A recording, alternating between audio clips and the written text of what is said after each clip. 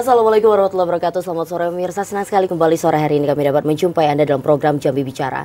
Program yang kami hadirkan untuk memberikan informasi, wawasan, inspirasi untuk masyarakat Jambi dimanapun Anda berada. Tema kita pada hari ini tema yang sedang diperbincangkan karena terkait salah satu kebutuhan dasar masyarakat Jambi, yakni air yang berasal dari satu sumber mata air, yakni Sungai Batanghari yang katanya tercemar. Nah, seperti apa akan kita bahas pada hari ini bersama 3 orang narasumber yang begitu luar biasa, langsung hadir menyempatkan waktu di tengah kesibukan mereka. Kita sapa yang sangat sibuk pastinya, tapi berkenan hadir pada hari ini, Bapak Dwi Kriantara, SOS MSI, Dirut Perumda Tirta Mayang, Kota Jambi. Selamat sore, Pak. Selamat sore, Mbak Cynthia. Sehat, Pak? Alhamdulillah. Tadi dari kantor atau sempat pulang, Pak? Iya. Sempat pulang? Pulang dulu. Sempat pulang dulu, siap. Terima kasih Pak sudah hadir bersama kita di sini. Yang kedua, kita sapa yang paling cantik di antara narasumber kita hari ini, Ibu Lindawati SPT MSI, Kabid Tata Lingkungan DLH Provinsi Jambi. Selamat sore, Ibu. Sore. Sehat, Bu? Alhamdulillah. Kalau dari bajunya ini Ibu belum sempat pulang? Belum. Belum ya? Karena kantornya juga lumayan jauh ya, Bu ya, kalau ke sini ya. Enggak juga ya, Bu? Dekat Lumayan. ya? Lumayan ya.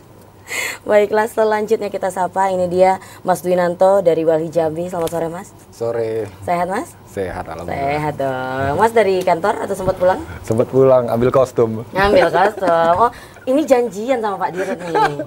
Kotak-kotak biru. Harusnya kita abu-abu. Itu ya. Iya. Tapi seragam kita ini. Oh iya benar, nggak sempat pulang tadi Bu ya. Nah, ini berbicara tadi seperti yang Cynthia sampaikan tentang Sungai Batanghari yang katanya mengalami pencemaran.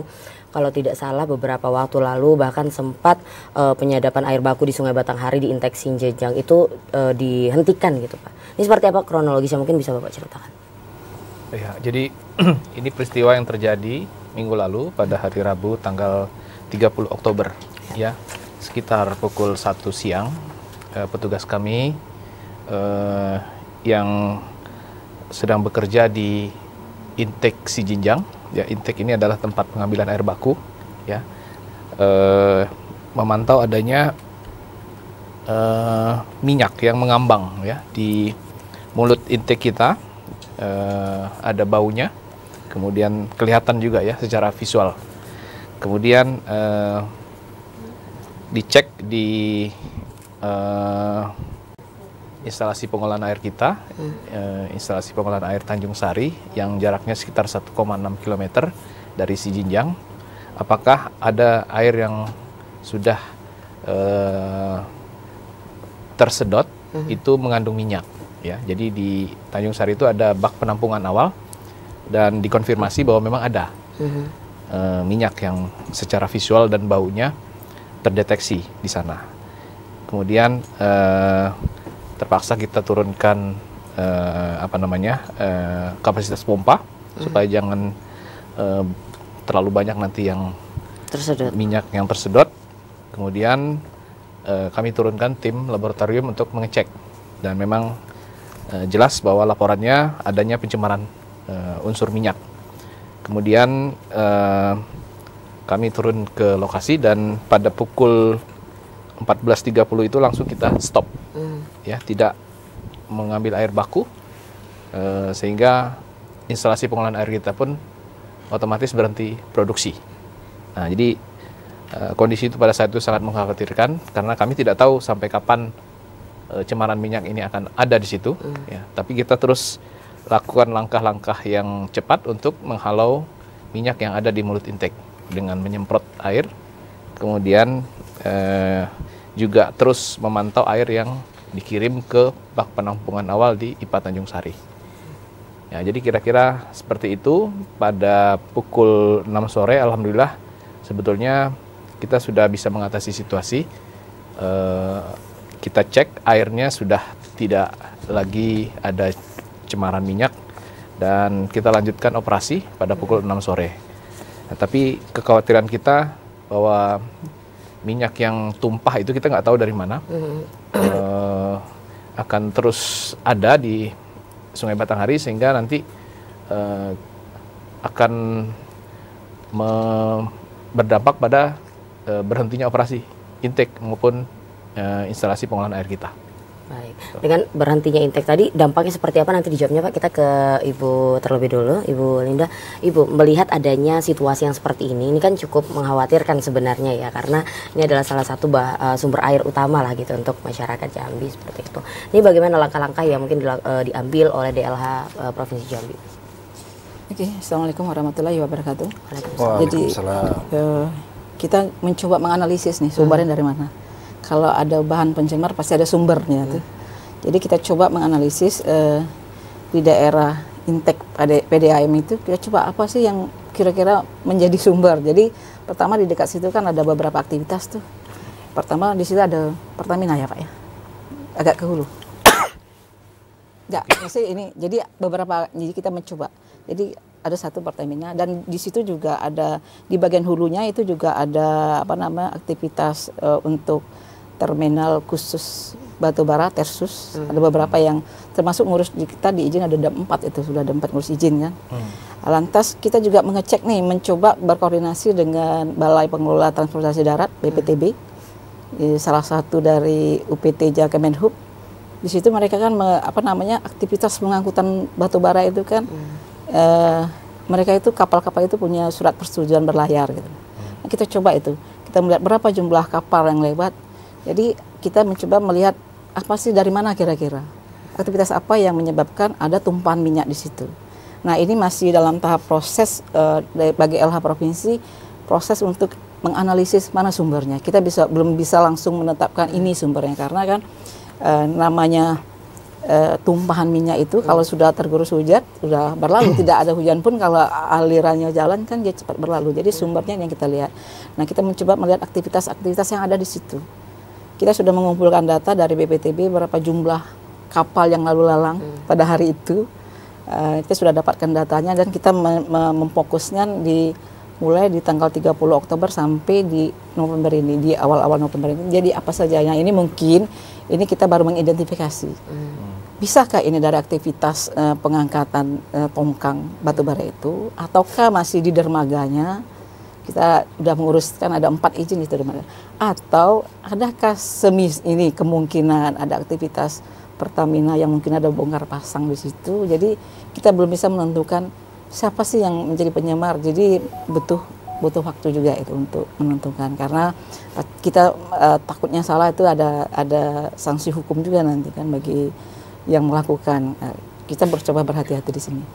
Langkah identifikasi itu tapi sudah mulai dilakukan? Sudah mulai kita lakukan. Itu sejak di hari itu atau seperti apa? Atau memang ada koordinasi dari Perumda atau seperti apa Bu?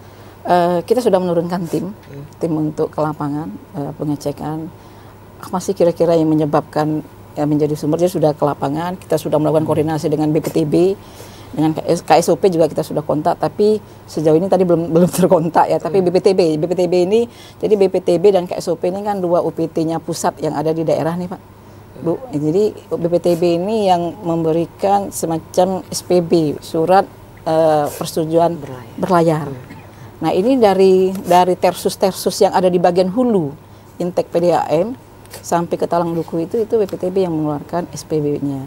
Nah nanti setelah dari SPB dari Talang Duku ke daerah keluar dari pelabuhan itu, maukah itu ke Jawa, kemanapun itu kan wilayah KSOP. Jadi kita mencoba mengkoordinasikan siapa saja nih yang lewat ini, kapal-kapal siapa. Jadi kita identifikasi sampai hari ini kita sudah melihat tren pelayaran. Kita sudah lihat dari bulan Januari sampai Oktober sampai November nih, kita lihat trennya siapa yang lewat, lantas berapa jumlahnya, dan kita juga mengidentifikasi ini perusahaan mana yang punya. Nah kita mencoba nih, saya melihat dari 4 izin yang ada di LH ini ternyata ada 11 izin yang kami belum ketemu nih di DLH nih yang ngurus izin ini. Nah ini kita mencoba merunut gitu. Pusing juga ya Bu ya kerjanya ternyata.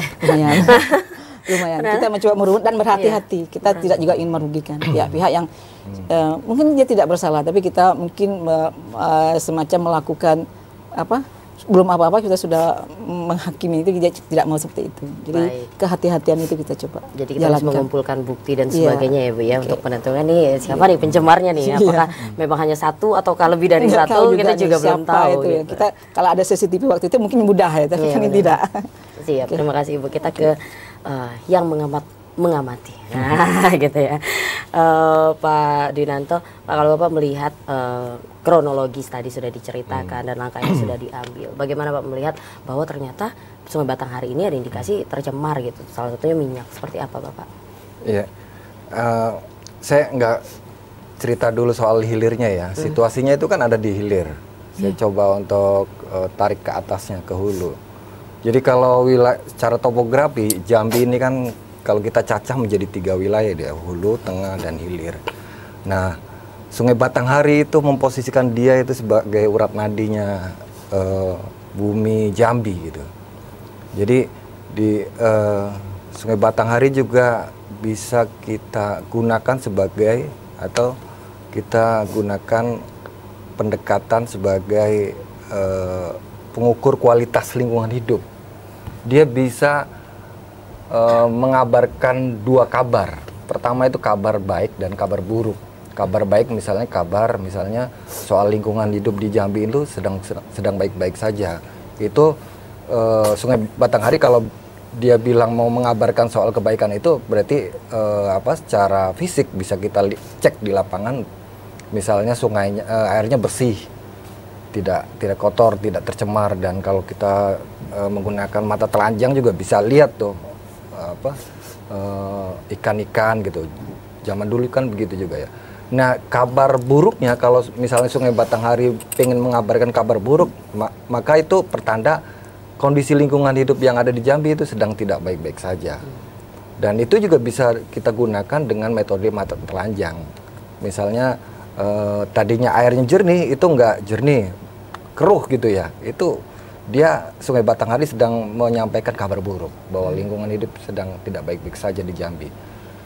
Nah, meminjam data teman-teman di DLH Provinsi itu di 2021, teman-teman DLH Provinsi itu kan merilis soal indeks kualitas Sungai Batanghari. Saat itu muncul di angka 2021 itu muncul 48, nanti koreksi Bu ya, 48,96 dan itu juga sudah diverifikasi oleh KLHK gitu. Artinya data itu betul gitu. Apa pesan dari data itu yang dikeluarkan oleh teman-teman DLH itu, bahwa indeks kualitas Sungai Batanghari yang 48 itu artinya itu situasi buruk Batanghari. Nah, saat itu juga memang banyak pihak termasuk teman-teman di DLH Provinsi bahwa kerusakan atau buruknya situasi kualitas Sungai Batanghari itu disebabkan oleh aktivitas pertambangan di hulu. Nah, bayangkan kalau misalnya Sungai Batanghari itu sudah dicemari di hulu, kemudian dicemari juga di hilir. Dan celakanya lagi, Sungai Batanghari sampai saat ini masih menjadi konsumsi masyarakat, khususnya konsumsi masyarakat Kota Jambi. Nah, ini pasti menjadi tantangan besar bagi teman-teman PDAM gitu ya, untuk memastikan distribusi air itu betul-betul sehat dan aman.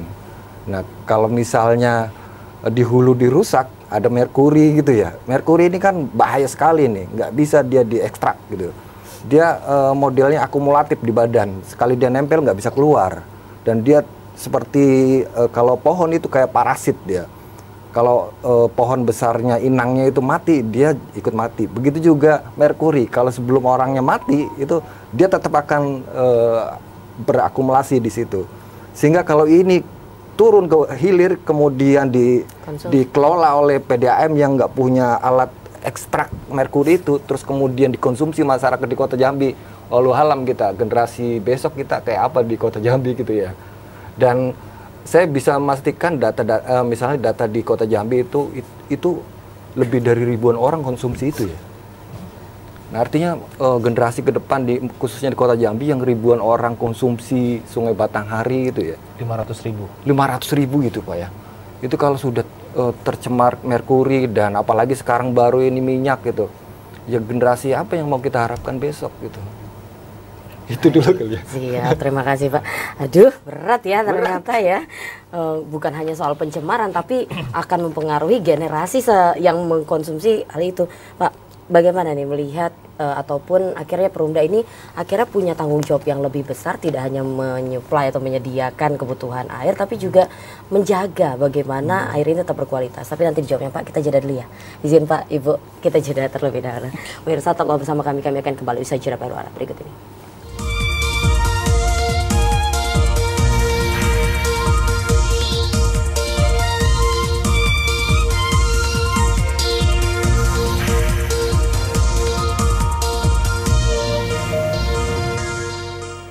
Pemirsa, masih bersama kami dalam program Jambi Bicara dengan tema kita pada hari ini adalah Sungai Batanghari tercemar limbah minyak. Masih bersama 3 orang narasumber begitu luar biasa yang masih akan membahas seperti apa. Kita ke Pak Dirut Perumda Tirta Mayang Kota Jambi, Dwi Kriantara, SOS MSI. Tadi Pak, sebelum jeda sempat terputus bagaimana Bapak akhirnya di Perumda Tirta Mayang ini memiliki tanggung jawab yang lebih besar untuk tak hanya menyediakan tapi juga memastikan bahwa yang disediakan ini berkualitas seperti itu. Silakan Pak. Jadi harus sama-sama kita sadari ya bahwa Sungai Batanghari itu adalah satu-satunya sumber air baku yang digunakan oleh Perumda Tirta Mayang untuk melayani masyarakat Kota Jambi. Kita melayani 500.000 jiwa dengan 105.000 sambungan pelanggan. Nah, ini hampir 80% dari jumlah penduduk Kota Jambi. Belum lagi mungkin yang mengkonsumsi langsung atau menggunakan air Sungai Batanghari itu tanpa melalui Tirta Mayang. Jadi bisa kita bayangkan betapa tergantungnya Kota Jambi itu dengan Sungai Batanghari. Nah, kita punya 2 opsi jika ini harus berkelanjutan, ya. Sebetulnya saya tidak bosan-bosannya untuk mengimbau semua pemangku kepentingan, kita harus segera mencari sumber air baku alternatif untuk Kota Jambi selain dari Sungai Batanghari. Tapi kalau itu tidak bisa cepat kita lakukan, maka opsi kedua yang harus segera kita laksanakan adalah bagaimana menjaga Sungai Batanghari ini tetap dapat dipergunakan secara kualitas maupun secara kuantitas. Ya, kalau kuantitas itu sudah jelas bahwa volumenya mencukupi, tapi kenyataannya pada musim kemarau susut air Sungai Batanghari sehingga kami tidak bisa mengambil airnya, tidak bisa mengolah air dari Sungai Batanghari. Itu sudah kita alami ya beberapa tahun ke belakang pada musim kemarau yang ekstrim, ya produksi bisa stop sampai 30%, 40%. Nah, kemudian kekhawatiran kita itu juga yang seperti terjadi kemarin dari segi kualitas air, ya. Apa yang terjadi jika secara ekstrim ada kejadian sungai ini tercemar berat? Tadi disampaikan oleh Mas Dwi itu tentang merkuri mungkin ya di hulu. Sedangkan kemarin ada minyak di hilir sebenarnya kan. Nah, ini baru kejadian kecil yang sebenarnya bukan ekstrim. Tapi dampaknya besar. Begitu kita hentikan operasi 3 jam, maka 13.400 pelanggan yang dilayani oleh IPA Tanjung Sari itu tidak mendapatkan air.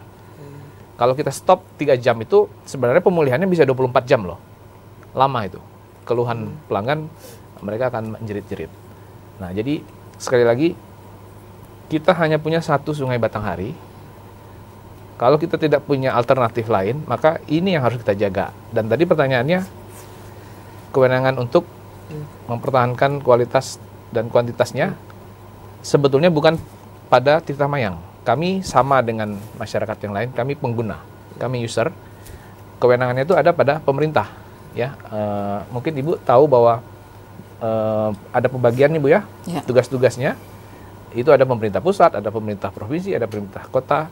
Dan kami hanya berharap bahwa semua itu berjalan dengan baik sehingga apa yang kami olah untuk masyarakat itu tetap sesuai dengan standar-standarnya.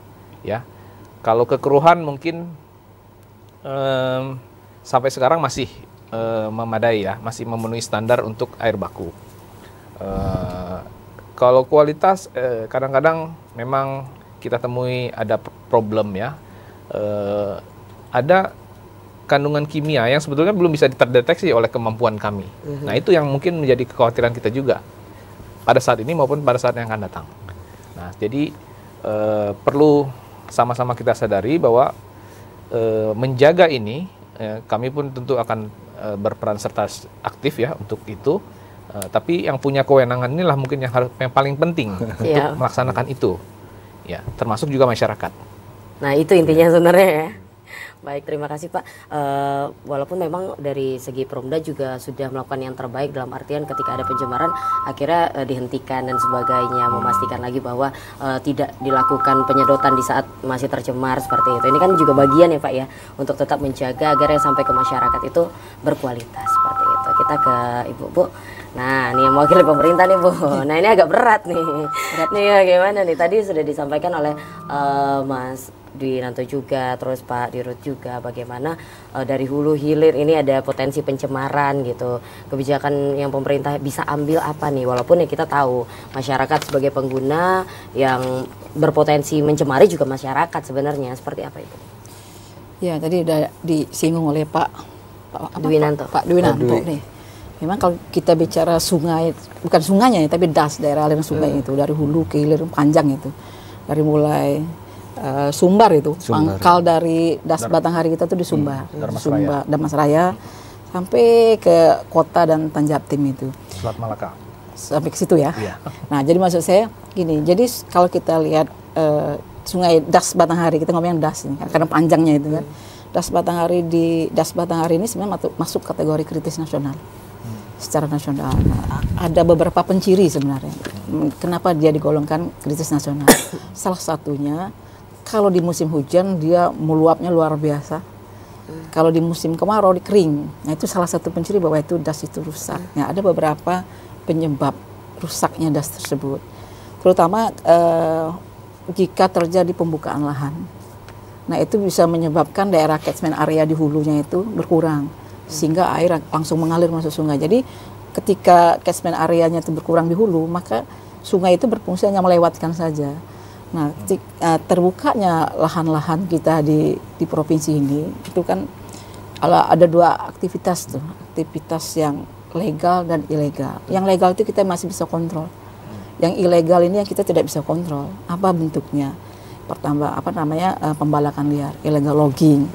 Ada lagi sekarang yang berkembang itu illegal mining, ada lagi illegal drilling. Jadi kegiatan kayak ini yang menyebabkan TSS-nya meningkat, ya keruhan itu meningkat sekali itu. Nah kemungkinan juga saya bilangnya kemungkinan seperti disebutkan oleh Pak Dwinanto, mungkin kemungkinan ada merkuri. Nah kita di dalam parameter IKA itu tidak ada parameter merkuri, jadi kita tidak bisa menyebutkan itu gitu. Nah, tetapi kita pernah mencoba mengukur di sekitar Kerinci Sungai Penuh itu. Memang terdapat di situ malah terdapat merkuri. Itu bukan daerah tambang, justru kan bukan daerah tambang emas di situ. Itu terdapat merkuri di situ. Tapi kecil sih 0, berapa saya lupa angkanya. Tapi kita memungkinkan di situ kita cari kemungkinan sumbernya, bisa saja mungkin itu secara alami itu ada di situ. Bisa saja itu. Mungkin ada akibat lainnya, mungkin dari aktivitas masyarakat. Kita coba mencari nih apa sih kira-kira pertanian itu kemungkinan ada mungkin salah satu jenis, apakah itu jenis-jenis dari pestisida, mungkin ada yang menggunakan sedikit, mungkin itu tertumpuk kan di daerah sana kan pertaniannya sangat intensif gitu. Tapi kita tidak tahu menentukan sebenarnya sumber pencemaran ini dari mana. Tapi kami masih juga berpendapat bisa jadi ini secara alami ada di situ gitu. Nah untuk yang legal itu masih bisa kita kontrol. Yang sulit dikontrolnya yang tidak legal yang saya bilang tadi. Itu jumlah tambang kita tuh luar biasa banyaknya. Peti, illegal drilling, itu luar biasa itu. Nah itu yang menyebabkan kita sulit untuk menjaga das Batanghari. Dan juga kalau kita lihat pencemar-pencemarnya salah satunya juga dari bakteri coli itu dari fesesnya manusia itu. Nah itu memang di indeks kualitas lingkungan di Provinsi Jambi itu kalau untuk indeks tutupan lahan bagus, sangat bagus. Indeks kualitas udara kita masuk bagus. Nah yang ini yang sulit. Indeks kualitas air ini sulit karena kita kan langsung berada di masyarakat itu. Nah, kesadaran masyarakat ini yang yang harus kita sosialisasikan terus. Nah, pemerintah Provinsi Jambi kan sudah punya program Sungai Batanghari Bersih nih. Kita bersama-sama dengan pemerintah kabupaten kota, waktu itu saya lupa nih tanggalnya, di hari lingkungan tahun berapa, kita berkomitmen antara gubernur dengan bupati dengan wali kota kabupaten kota untuk melakukan menjaga Sungai Batanghari Bersih minimal dari bakteri coli yang disumber dari limbah domestik. Mau itu jamban kah, maukah itu dari buangan dapur kah. Jadi itu yang menjadi salah satu sumber pencemar di das kita itu. Kalau indeks kualitas Sungai Batanghari saat ini seperti apa, Bu? Dalam kategori seperti apa? Kalau untuk kualitas airnya masih tergolong tidak bagus.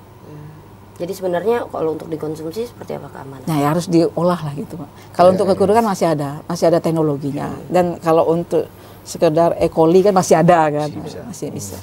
Cuman mungkin untuk menjernihkan dari yang keruh itu mungkin effortnya luar biasa itu. Biaya tinggi gitu. Baik, itu kalau yang melalui berlangganan seperti itu di Perumda Tirta Mayang. Kalau yang mengkonsumsi sendiri, nah itu yang agak repot.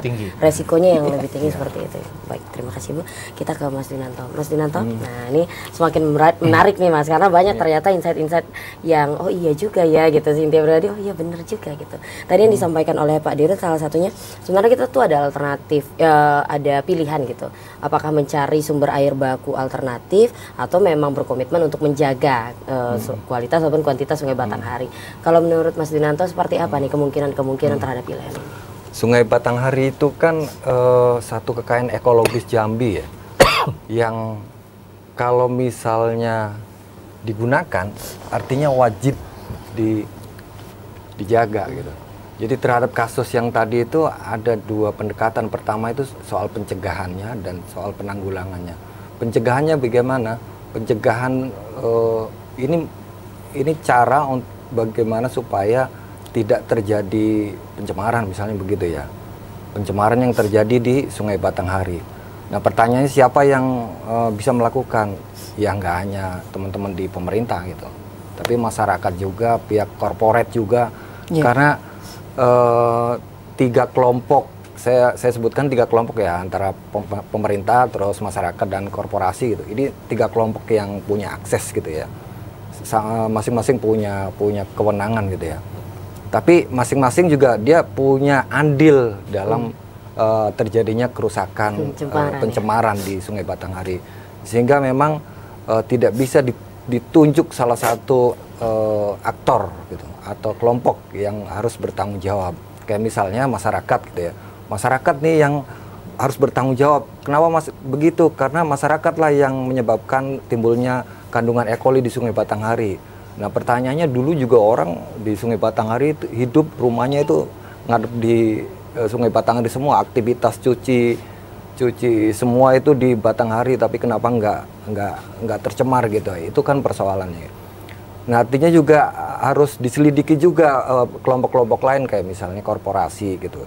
Sehingga memang satu-satunya jalan yang harus dilakukan itu kita ketemu semua gitu. Nggak bisa menyelesaikan Sungai Batanghari ini hanya spot-spot misalnya pemerintah ngundang masyarakat aja gitu terus nuduh, nggak bisa begitu juga. Harus ketemu semua, cari jalan solusinya. Kenapa harus cari jalan solusi? Karena kita masih menggunakan Sungai Batanghari untuk konsumsi. Dan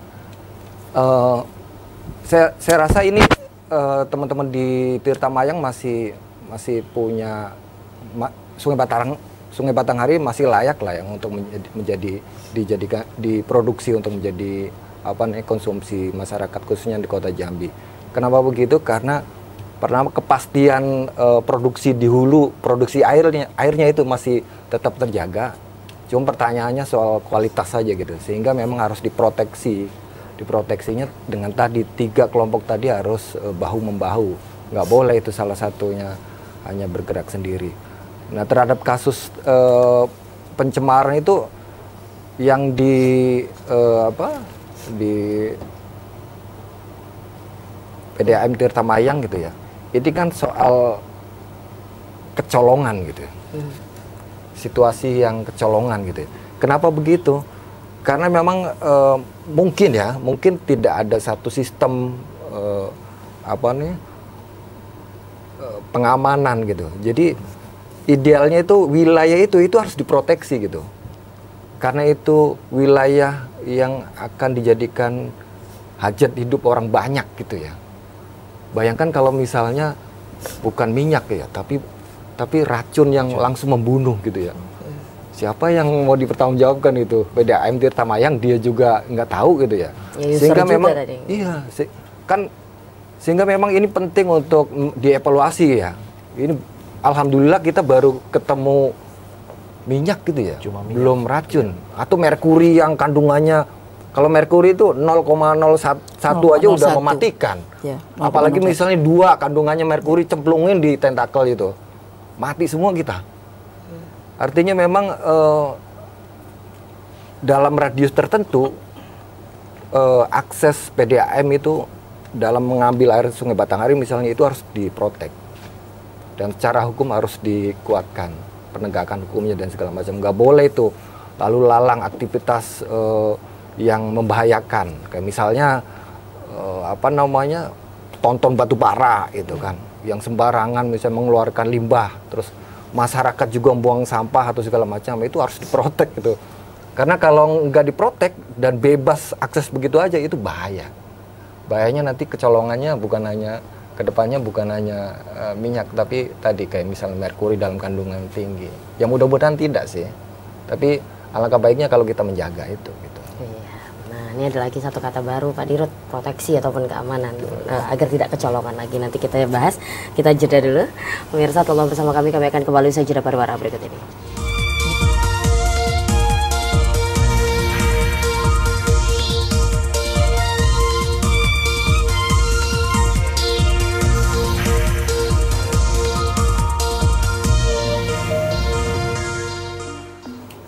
Pemirsa masih bersama kami dalam program Jambi Bicara dengan tema kita pada hari ini Sungai Batanghari tercemar limbah minyak, dan masih bersama 3 orang narasumber begitu luar biasa. Ada Pak Dirut Perumda Tirta Mayang Kota Jambi, Bapak Dwike Riantara, lalu ada dari Kabid Tata Lingkungan DLH Provinsi Jambi Bu Lindawati, dan juga Walhi Jambi Dwinanto. Dan di segmen kali ini kami mengajak Anda juga untuk berpartisipasi aktif melalui sambungan telepon di 0741666385 atau melalui nomor telepon di 081174333133 seperti yang tertera di layar kaca Anda. Langsung ada penelpon Pak. Halo, selamat sore. Selamat sore. Selamat sore Mbak Cynthia Permana. Nah, ini Pak Yudi dari Telana ini. Hafal Cynthia suaranya. Silakan Pak, ingin memberikan komentar, saran, silakan. Ya, ini kayaknya off air terus nih Mbak Cynthia nih. Iya Pak. Musim pilkada nih, alhamdulillah. Alhamdulillah, terima kasih Pak. Ya, baik. Selamat sore Bapak narasumber yang saya hormati, Bapak Dwike Riantara, SOS MSI, dan ada Ibu Lindawati, SPT MSI dari Kabid Lingkungan Hidup, dan Dirut PDAM Perumda Tirta Mayang ya, Mbak Dwike, dan didampingi oleh Bung Dwinanto ya dari Walhi Jambi. Sebenarnya ya satu-satunya bahan baku air minum di Provinsi Jambi ya, 11 kabupaten kota ini ya Sungai Batanghari. Sungai terpanjang di provinsi, jadi kalau jantungnya ini putus ya putus semua. Jadi makanya memang ini sangat penting. Ya berbicara masalah pencemaran, Bapak Ibu narasumber, sebenarnya sudah berlangsung lama. Saya ini mantan dari PDAM, masuk PDAM tahun 90, keluar tahun 2005, pensiun. Jadi makanya pencemaran tidak aneh. Tingkat E. coli di Sungai Batanghari itu, sedimentasi, magma atau merkuri, tingkat kekeruhan, tambah lagi limbah batu bara, tambah lagi minyak. Nggak tahu sumber dari mana, kan begitu. Sehingga ya artinya PDAM untuk mengatasi masalah tersebut di atas, menggunakan air baku itu mengelolanya dengan soda as. Jadi ada soda as, ada gas klut dan kaporit. Nah, kenapa saya katakan bahwa tingkat pencemarannya tinggi sampai detik ini?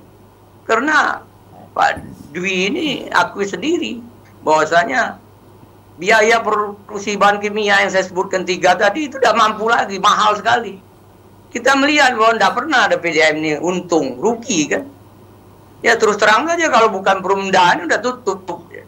Itu intinya. Jadi makanya data yang benar itu adalah labnya PDAM. Jadi masyarakat jangan ke DLH ini tidak sama, jadi ambang batas. Penelitian ke kapan? Kalau PDAM tiap hari labnya standby 24 jam. Air baku masuk diteliti berapa, apa E. coli-nya berapa, untuk bagaimana untuk mengurangi keruhannya, merkuri dan sebagainya. Jadi tinggal dia akurat. Makanya pening kepala PDAM ini, biayanya udah tinggi kosnya. Jadi justru itu makanya menurut saya ya terus terang saja kalau bukan Perumda ya udah tutup buku ya sudah. Nah, pencemaran ini juga saya juga pernah ini. Kan dari LSM juga saya coba tongkrongi ada isu-isu katanya pabrik karet. Itu pabrik karet itu malam dibukanya ke Sungai Batanghari. DLH tidur. Saya bangun. Dibuka malam limbah pabrik itu. Ke Sungai Batanghari. Kemana? Hadirin DLH. Nah, jadi itu Perda Batanghari ini dalam momentum kita untuk bersih-bersih lingkungan, yaitu Batanghari bersih. Ini kan akan kita mendapatkan gubernur baru, wali kota baru, lantas kolaborasi dengan wali kota, bupati baru. Ya hendaknya memang harus didorong ini. Bagaimana supaya tidak keruh lagi. Dulu saya ingat Mbak Cynthia, waktu meresmikan jembatan Gentalarasi kan oleh Wakil Presiden Yusuf Kala. Bapak-bapak, Gentalarasi luar biasa bagus. Tapi tolong jangan melihat ke bawah. Lihatnya ke atas saja. Jadi itu petanda bahwa PR bagi gubernur. Bagaimana supaya...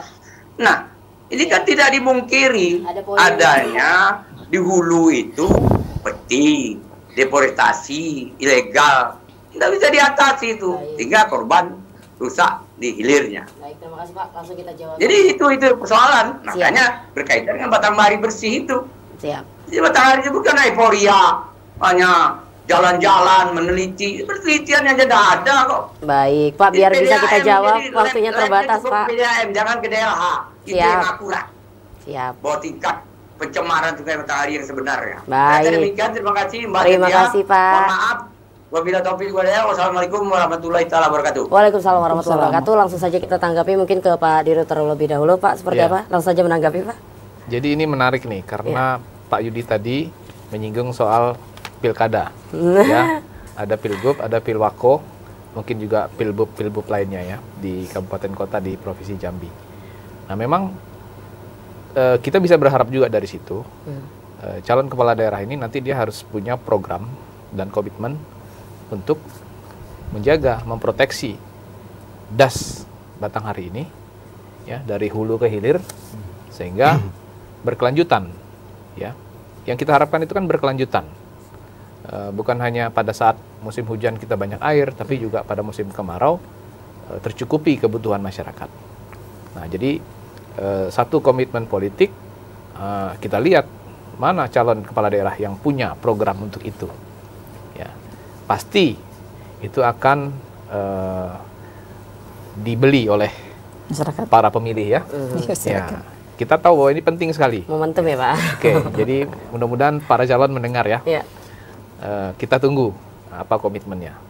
Nah, jadi sekali lagi saya tidak bosan-bosannya menyampaikan bahwa jangan sampai kondisi ekstrim terjadi secara kualitas maupun kuantitas sehingga kita tidak bisa ambil air dari Batanghari, maka kota Jambi itu akan lumpuh total. Dijamin lumpuh total. Kejadian ini kita tidak pernah berharap kapan akan terjadi, mudah-mudahan tidak akan pernah terjadi. Tapi tanda-tandanya kan ya sangat mengkhawatirkan sudah gitu ya. Ya saya contohkan tadi kejadian sedikit saja ya bisa stop operasi seperti itu. Begitu musim kemarau yang ekstrim pun kita juga bisa stop operasi. Maka penting ya semua pihak duduk bersama. Dan satu lagi sebenarnya dari konteks manajemen risiko, kita harus hilangkan semua risiko-risiko itu. Ya, jangan berikan kemungkinan bahwa sungai ini digunakan untuk aktivitas-aktivitas yang mendatangkan risiko ketidakberlanjutan, gitu ya. Nah, ini kan kita lihat sekarang banyak mengarah ke situ. Mungkin itulah urusannya pemerintah dan semua pemangku kepentingan. Nanti aktivitasnya seperti apa kita tanya Bu Linda mungkin ya. Terima kasih Mbak hadir.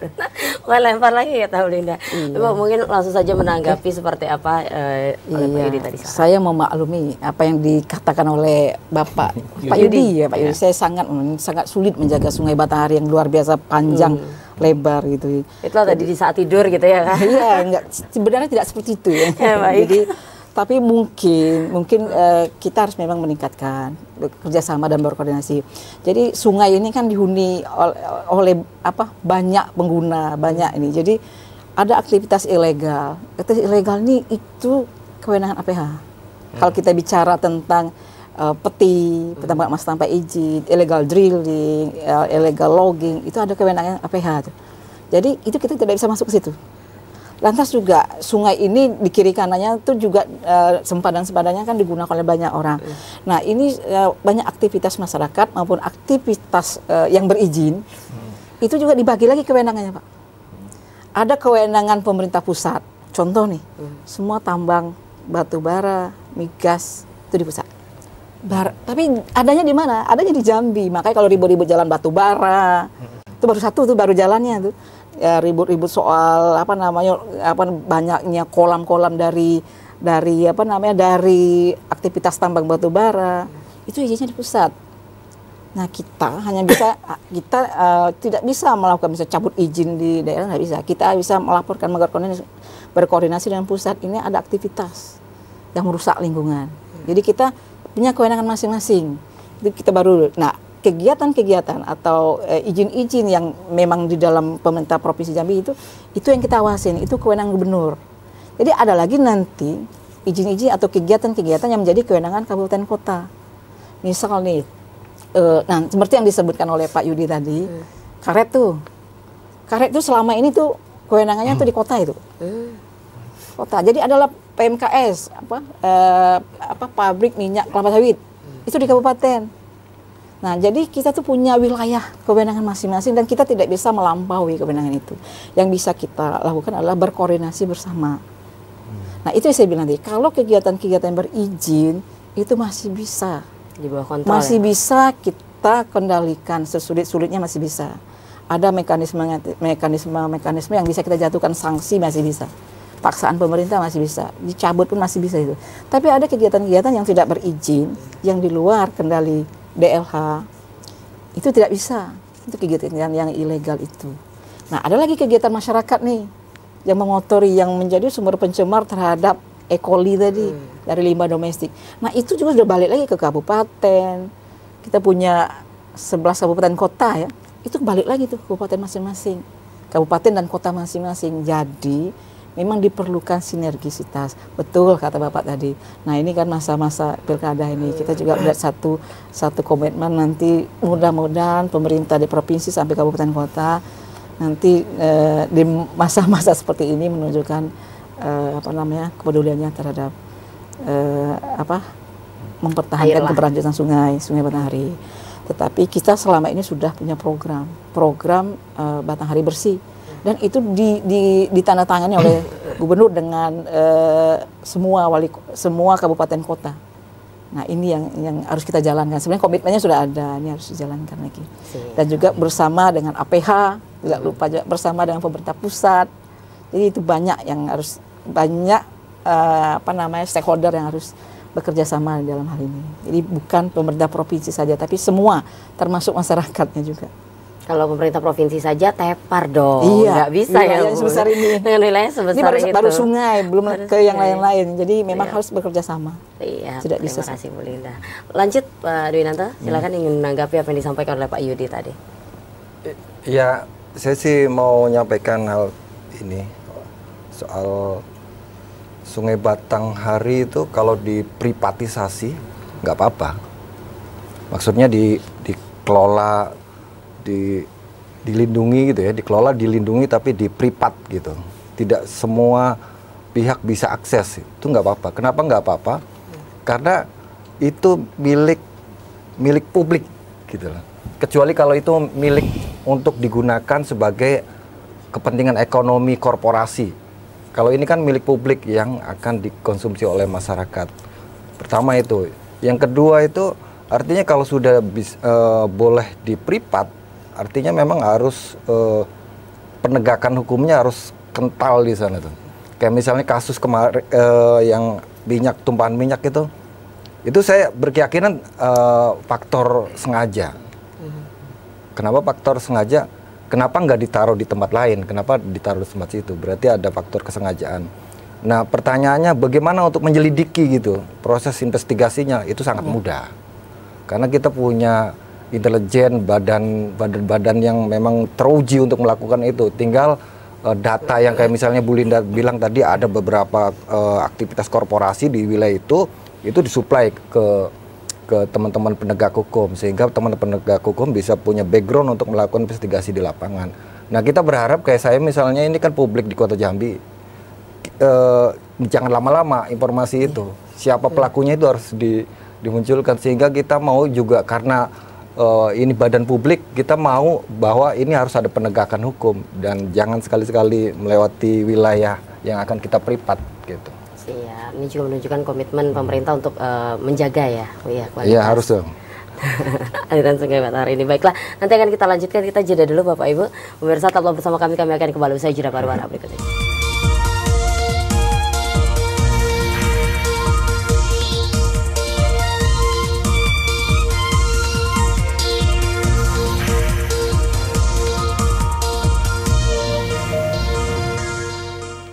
Pemirsa masih bersama kami dalam program Jambi Bicara dengan tema kita pada hari ini adalah Sungai Batanghari tercemar limbah minyak. Masih bersama 3 orang narasumber begitu luar biasa, tapi tidak terasa ini sudah masuk ke segmen terakhir. Waktunya untuk pernyataan penutup atau closing statement. Langsung saja, singkat-singkat saja Bapak Ibu. Closing statement yang pertama Pak Dirut, silakan Pak. Ya, saya singkat saja bahwa kami tentunya berharap bahwa pihak-pihak yang punya kewenangan melakukan tugasnya sehingga bisa memitigasi terjadinya ancaman. Ya, baik secara kualitas maupun kuantitas yang bisa mengganggu ketersediaan air baku untuk pelayanan air minum bagi masyarakat Kota Jambi. Dan tentunya sinergi dari semua pihak juga akan memastikan bahwa Sungai Batanghari ini akan bisa kita manfaatkan untuk jangka waktu yang lebih panjang lagi. Siap, terima kasih banyak Pak Dirut. Lanjut, Bu Lina silakan. Oke, saya fokus ke ini, ke tema pokok. Jadi kami dari DLH siap bekerja sama dengan aparat dalam hal ini. Kami mencoba menganalisis siapa sih sumber pencemarnya. Jadi kita melihat tadi kewenangan, saya bilang kita melihat aktivitas apa yang ada di hulu, dan lantas bagaimana kegiatan aktivitas pelayaran. Di sini kita harus bekerja sama juga dengan, nanti di sini mungkin ada penegak ya, dengan BPTB, Badan Pengelola Transportasi Darat, yang di sini ada semacam surat persetujuan berlayar itu. Apakah kapal-kapal ini dilengkapi dengan persyaratan-persyaratan, terutama juga selain persyaratan angkut juga persyaratan terhadap bagaimana bahan bakar mereka itu, solar mereka itu dikelola, di mana ngisinya, kenapa kemungkinan mereka menumpahkan minyak itu di mana itu. Jadi kami siap. Jadi kami sudah mencoba mencari data bahwa ada sekitar 119